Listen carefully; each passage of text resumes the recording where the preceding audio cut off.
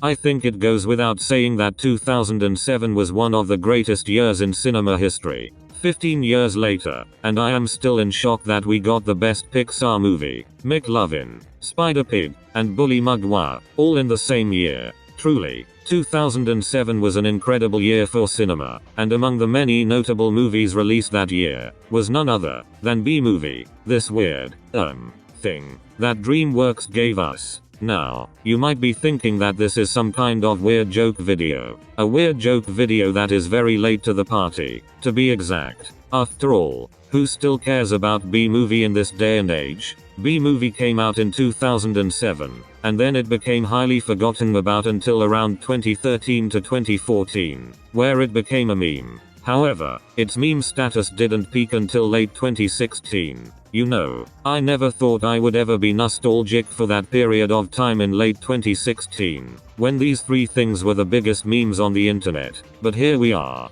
B-Movie would still be a fairly popular meme in 2017, just in time for its 10-year anniversary. But after that though, it would fall into obscurity yet again. It might seem like I'm trying to cash in on a meme that is long past its prime, but I regret to inform you all that this is not a meme video, and that everything I say in this video is 100% unironic. The way that I interpret this movie, I'm surprised no one else interprets it the same way. B-Movie is truly a one-of-a-kind animated movie. There has never been another animated movie like B-Movie, and there will never be another animated movie like B-Movie. And if I were to be honest, I don't think there should ever be another animated movie like B-Movie, as I feel that having more movies like B-Movie would take away from the unique, and admittedly bizarre, charm that B-Movie has. I feel like B-Movie was kind of ahead of its time. The internet in 2007 was a very different place compared to the internet nowadays. One could only imagine the reception that B-Movie would have gotten if it came out nowadays. But I think I'm getting a little bit carried away. Let's save this stuff for later. For now, let us dive into B-Movie itself and explain why Jerry Seinfeld's weird 2007 movie about bees is actually brilliant.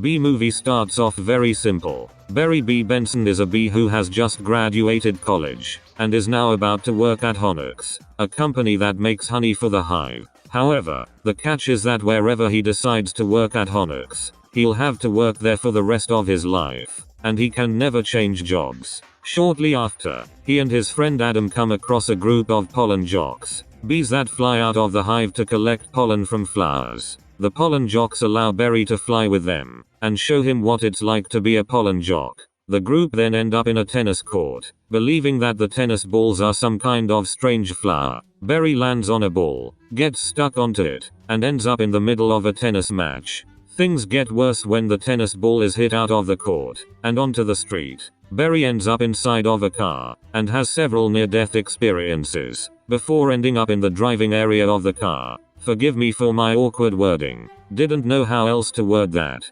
Anyways, the family inside the car freak out at Barry's presence as Barry flies out of the car. Unfortunately for Barry, it starts to rain, which prevents him from heading back to the hive. He ends up inside of a house, which the two people at the tennis court happen to live in. Barry tries escaping, but is unable to, as the window is closed. He flies up to a light, believing it to be the sun. He hits the light, and falls into the chip dip, before nearly getting eaten. The man from the tennis court notices Barry, and everyone freaks out. The man tries to kill Barry with winter boots. However, the women from the tennis court stops the man from squishing Barry, and frees him. Once the rain clears up, Barry thinks about what to say to the women that saved his life. He flies into her kitchen. While doing that though, he starts pondering about whether he should talk to her or not, since it's against bee law to talk to humans. Funny meme happens. He then ends up talking to the women, who is amazed that he can talk.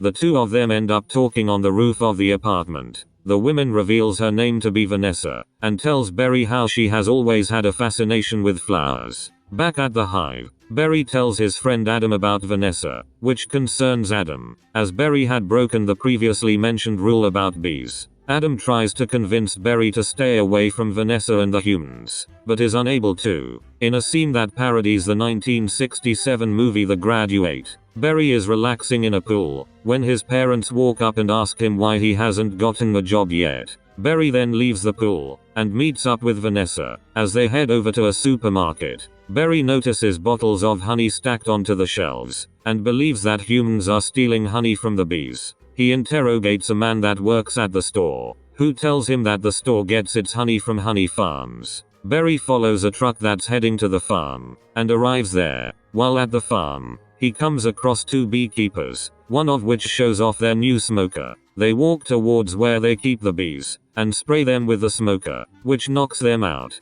Barry flies up and sees tons of fake hives. He pulls out a camera and starts taking pictures of the beekeepers with the honey, which he later shows to both his parents and Adam. News starts spreading about Barry's intention to sue the human race, with Barry even making an appearance on a bee-themed parody of Larry King. It is also implied during the parody that there existed a bee version of Jesus Christ, which also means that bee Christianity exists in the bee movie universe. Do what you will with that information. We then cut to Vanessa's flower shop, where she is with the man from the tennis court, who is revealed to be named Ken. The two of them are having yogurt night. Barry intervenes in the middle of a conversation that Vanessa and Ken are having. Vanessa tells Ken that she is helping Barry sue the human race, which greatly baffles Ken. Vanessa forces Ken to leave, as she and Barry are busy with the court case, thus ending yogurt night early. The first day of the trial then begins. A limousine arrives to the court, and out walks Mr. Montgomery,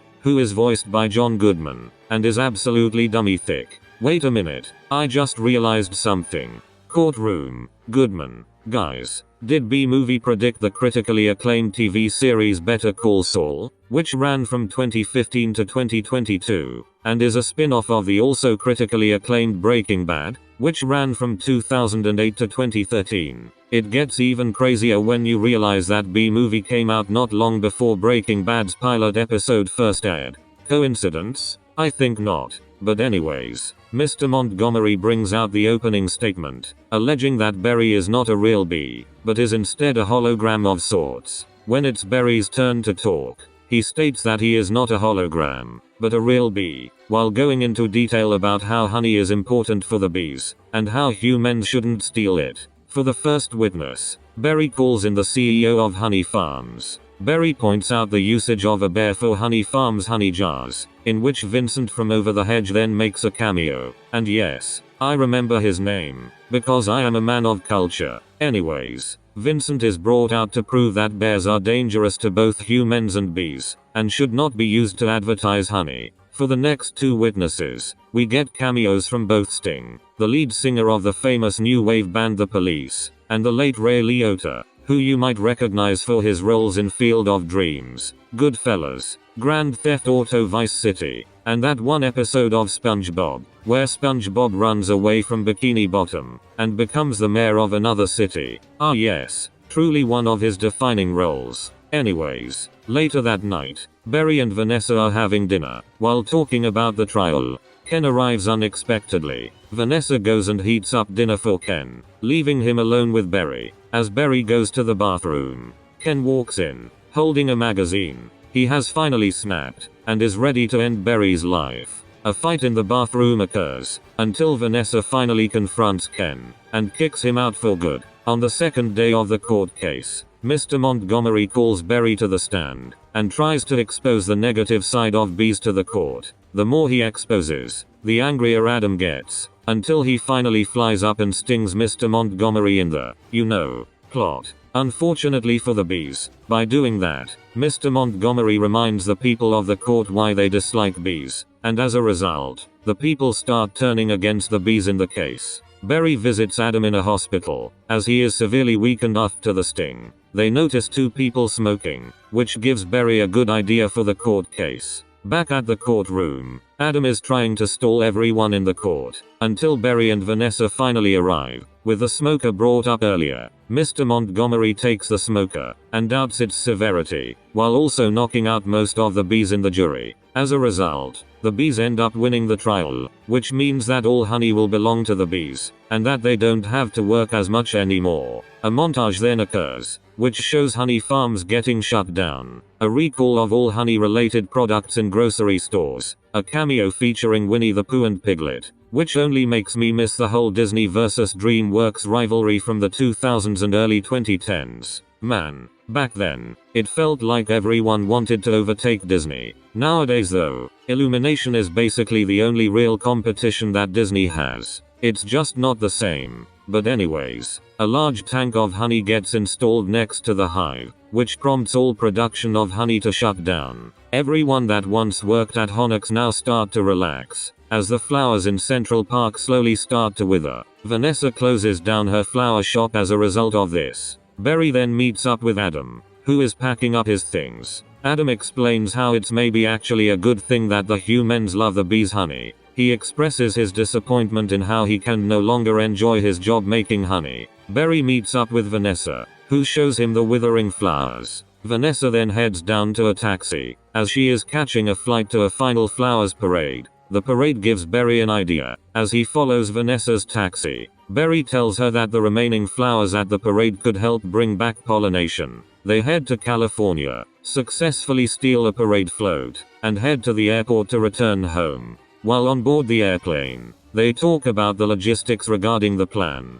and they are very confident that the plan will work. After that, the captain of the plane announces that the weather will be pretty bad on the way to New York, which will delay the passengers' arrival. Vanessa points out that the flowers might not make it because of this. Barry goes and talks to the captains of the plane, but they both freak out, and end up unconscious. Barry calls Vanessa to the cockpit to try and fly the plane. Barry tells Vanessa that an airplane is essentially a giant bee, as the plane ends up flying into the storm. What's happening with them in the plane ends up making it onto the news, as Barry makes a speech that motivates the bees of the hive to start working again. Every bee from the hive flies down to the airport and form a flower, while the pollen jocks fly up to the plane and level it. Eventually, they successfully land the plane. Barry flies up to the giant crowd of bees and explains the plan to them. Before everyone goes with the plan, a few pollen jocks fly down and give Barry a uniform, officially making Barry a pollen jock. They then fly around and heal all of the flowers in Central Park. It is also revealed that Vanessa's flower shop is now partially a law attorney office. Barry and the pollen jocks fly out into the park, and the movie finally ends. Congratulations, you have just finished watching the weirdest animated movie of all time. Or at least the weirdest one from a big notable animation studio. I'm sure there's some obscure animated mockbuster out there that's weirder than this, but you get the point.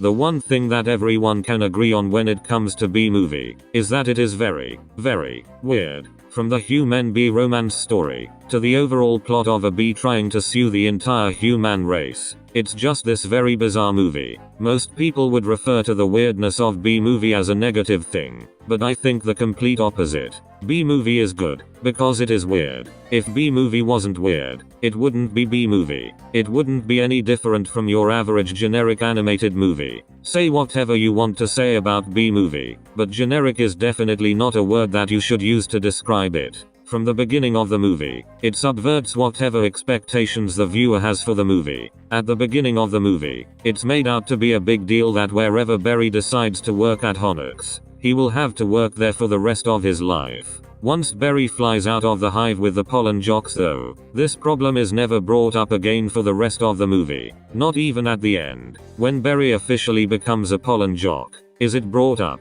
It's never once stated if the rule has changed, and the bees could choose to do whatever job they wish to do, or if the rule is still present. The beginning of the movie makes you think that's gonna be the main point of the movie's plot. It makes you think it'll be an average animated movie about a bee who has just graduated college, and has to choose what he wants to do for his career. You would think that by the end of the movie, the bee would save the day, and successfully manage to change the rule, allowing bees to work whichever job they want. Predictable stuff. You go into Bee Movie, expecting a maybe cute, but otherwise average animated movie, and then, out of nowhere, it hits you with a human bee romance story, and then, out of nowhere again, the plot is suddenly about a bee trying to sue the human race. Some could consider this to be bad writing, but I think this was done intentionally. At the start of the movie, B-movie tricks you into thinking that it'll just be a cute animated movie about bees, and instead, it ends up being one of the weirdest animated movies ever made.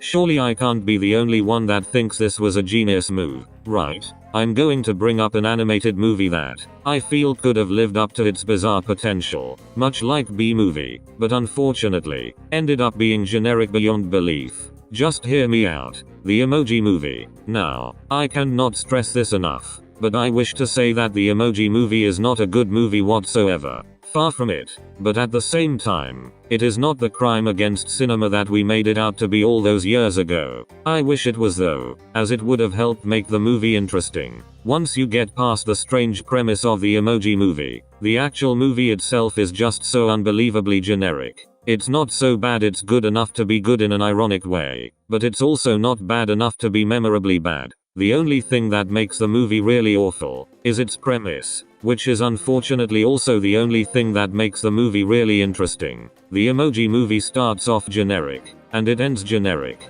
Let me put things into perspective. Imagine, it's 2017, and you're going to the movies to see the Emoji Movie. For the irony of it, you sit down in that theater, and you expect the movie to be one of two things. Number 1, the movie ends up being a complete and utter disaster, an absolute train wreck that you can't look away from. Once you leave that theater, you will never forget the movie, because of how bad it was. Number 2, the movie ends up being so bad it's good.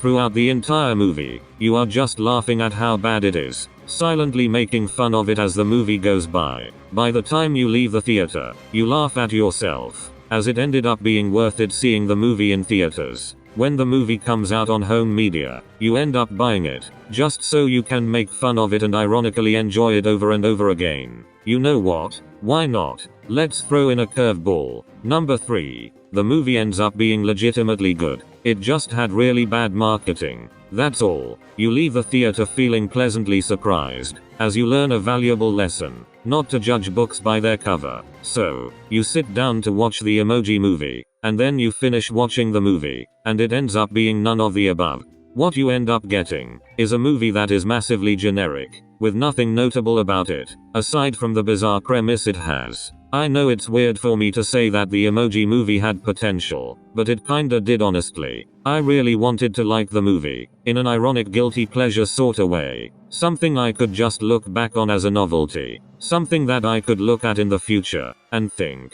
oh yeah, this was a thing that happened. It does have a little bit of that ironic novelty value, but it doesn't have enough of it. It needs way more, and I mean way more of it. As it stands, the Emoji Movie is far too generic for me to truly call it an awful, or laughably bad, movie. I would have much preferred if it ended up being the latter, but I wouldn't mind the former, as at least there would still be something to talk about with the movie if it was truly as bad as we were making it out to be all those years ago. On a side note, I don't like the fact that the Emoji Movie is over 5 years old. I swear, we were all clowning on this movie just yesterday. When did it become half a decade old? When? Anyways, let me bring up another movie. This one's a bit different from the Emoji Movie example, but it still fits. Remember Ugly Dolls? Yeah, me neither. Ugly Dolls was a movie that came out in 2019, and it made like, I don't know, $3 at the box office I guess. It was truly the biggest movie of 2019.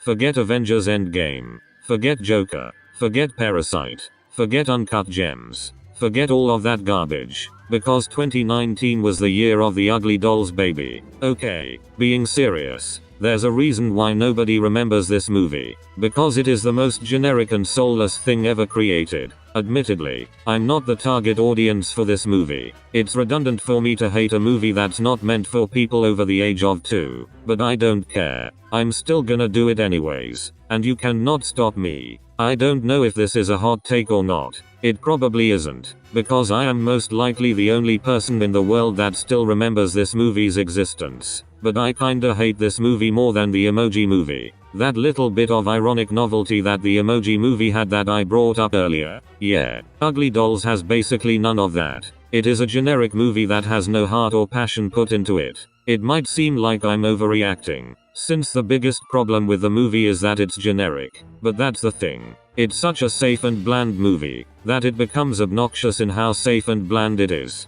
It's a movie that absolutely refuses to take any risks. It refuses to do anything interesting. Illumination would look at this movie and think that it's too safe and generic. Then again, Ugly Dolls apparently did start off as an Illumination movie, which, well, that explains a lot. To be honest, I'm not even sure why I decided to watch this movie in the first place. Curiosity really gets the best of me a lot. With that said, you might be asking why I'm comparing B-Movie to two movies that came out a decade later. Well, when it comes to the Emoji Movie, I think that it could have had the same insanity that B-Movie has. Possibly even more, due to its premise. It could have had the same ironic appeal that B-Movie has, which was why B-Movie became a meme in the first place. But it unfortunately doesn't have it. As for Ugly Dolls, well, it's a bit different. B-Movie feels like a parody of Ugly Dolls. I know that doesn't make any sense, because B-Movie came out over a decade before Ugly Dolls. But what I mean is,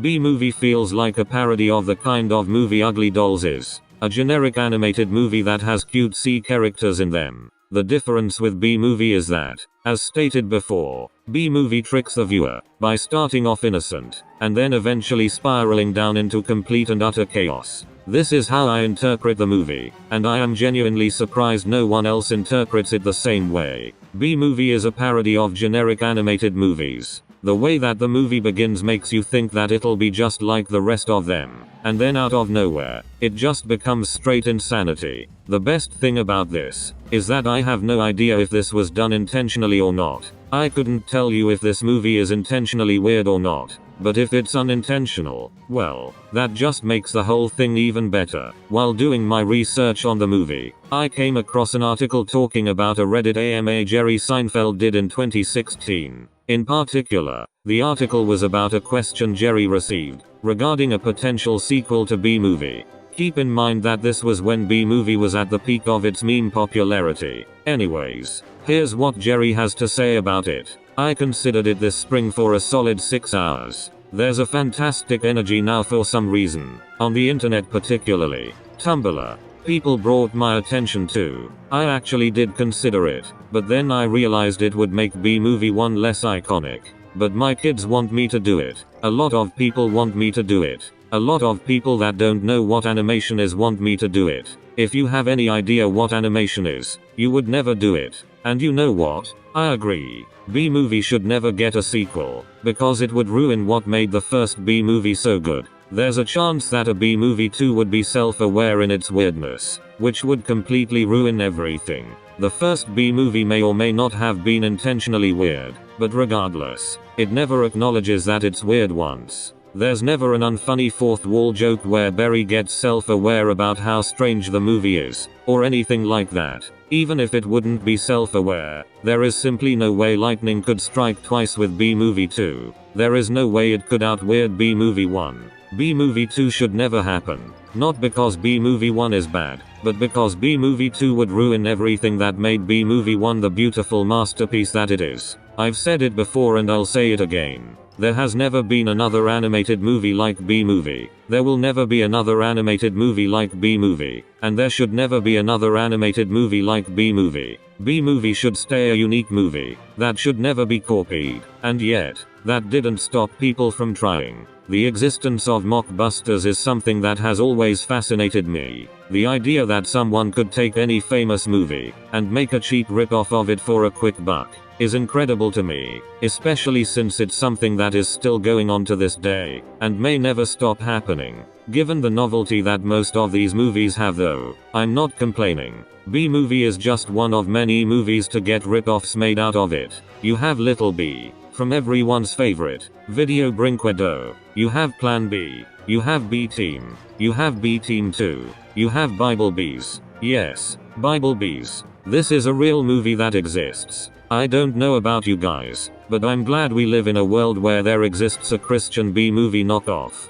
I take it someone took the Jesus reference in B-Movie a little too seriously. Maybe one day, I'll tackle these movies and see how they compare to the real deal. Who knows how they'll turn out. Perhaps they can further prove my point that B-movie cannot be replicated, and end up being what B-movie managed to avoid being: generic animated movies about bees. On the other hand though, these are mockbusters we are talking about, and I know it's not fair for me to judge a book by its cover, but something tells me that these movies will all be incredibly bizarre, but for completely different reasons compared to why B-movie is bizarre. One of them is from Video Brinquedo, for crying out loud. There's no way a B-movie ripoff from the people that gave us some of the most hilariously bad animated movies ever made could turn out normal, but that would all be for another day. In conclusion, B-movie should be seen as a parody of generic animated movies, rather than a weird animated movie about bees that shouldn't exist. Whether it was done intentionally or not,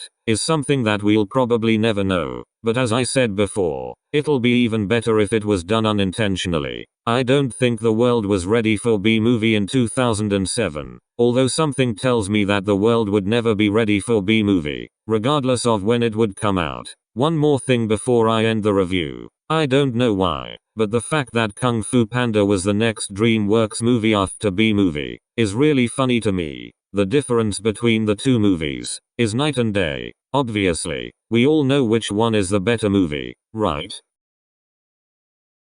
Hello everyone. Thank you so much for watching this review. If you are new to the channel, and you enjoyed this video, then be sure to check out my other videos, and if you like my other videos, maybe consider subscribing to my channel. It would be greatly appreciated. I also have a Letterboxd account, where I rate and sometimes review movies that I've seen, including B-movie. If you wish to check it out, a link to it will be in the description below. Thank you everyone for watching this video, and I will see you all next time. Goodbye.